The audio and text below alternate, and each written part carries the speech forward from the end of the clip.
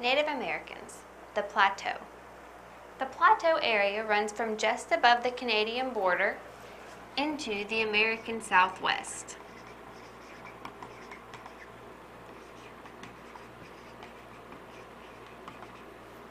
Some of the larger tribes that lived in this region were the Spokane, Nez Perce, and Shoshone. Now, the area where these tribes dwelled was not very hospitable.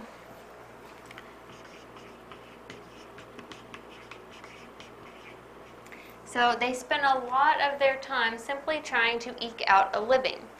The land wasn't very plentiful. I mean, there was enough for them to find to be able to survive, but it wasn't just super plentiful. They didn't have like an ocean close by where they could practice fishing.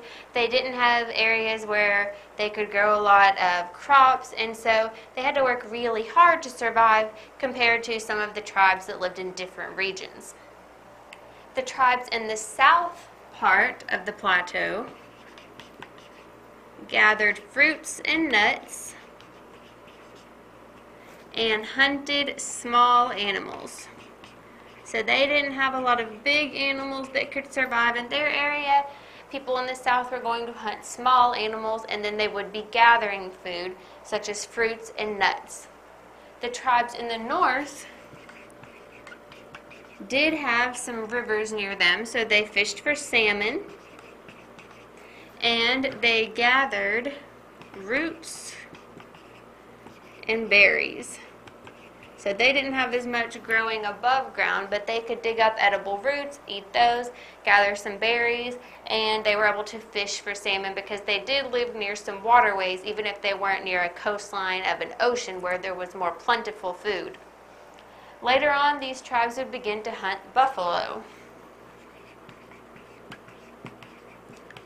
They would need to master the use of the horse, be able to travel further to be able to reach buffalo, but eventually they would also hunt buffalo. Now, many of the northern tribes had permanent winter villages because they were hunting and gathering for a lot of the year. Whenever it was really cold and there wasn't a lot to hunt or gather, they had these permanent winter villages that they could gather in with their food stores, most of which were along waterways. So they did set these up along waterways where they'd be easier to get to fresh water, easier to try to find game if there was anything available, because the game would also need a way to get fresh water. They borrowed the architecture of the teepee from the Plains Indians. So some of their lodges were modeled after teepees, though some tribes had long houses covered with bark. And these would have been a longer kind of tunnel-shaped rectangle where there'd be a long hallway in the middle with rooms on either side that had sleeping bunks attached to the walls. Now, many of the winter homes consisted of a pit dug a few feet into the ground with a framework of poles over it that met in a peak. So they would dig a few feet into the ground and then build up poles over it, cover those with bark or animal skins, cover it with different things to keep the rain and then snow out. And the people piled earth around and partially over these lodges to help insulate them against the cold. So they would dig their pit, they would build up a framework, they would pile animal skins, bark, different plant materials over to help keep different weather out, and then they would also pile some earth up over that, at least an extent of the way up, to further insulate them against the cold. And these large lodges often served as communal winter homes for several families each.